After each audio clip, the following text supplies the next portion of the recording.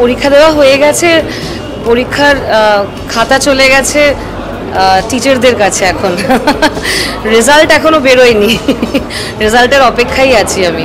তো আমি চাইবো সবাই দেখুক, হলে গিয়ে ছবিটা দেখুক, আর ভালো লাগলে সোশ্যাল মিডিয়ায় লিখুন আপনাদের, কারণ কমেডি তাহলে আরও বেশি করা হবে বাংলা ছবিতে।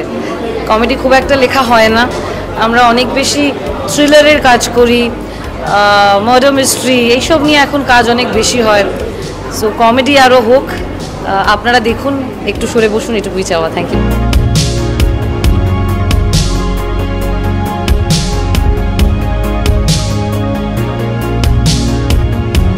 অ্যাকচুয়ালি আজকে ছবি রিলিজ করে গেছে আমাদের ছবি একটু সরে বসুন, এবং মোটামুটি যা খবর পাচ্ছি so like it's fantastic.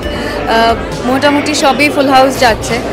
So আর কি এক্সপেকটেশন থাকতে পারে? আই থিঙ্ক এই ছবিটা মানে কমলদার কাছ থেকে পাওয়া, কমলদা প্রথমবার একটা কমেডি ছবি করছেন, মানে it is very unlike him, মানে ডিরেক্টর হিসেবে।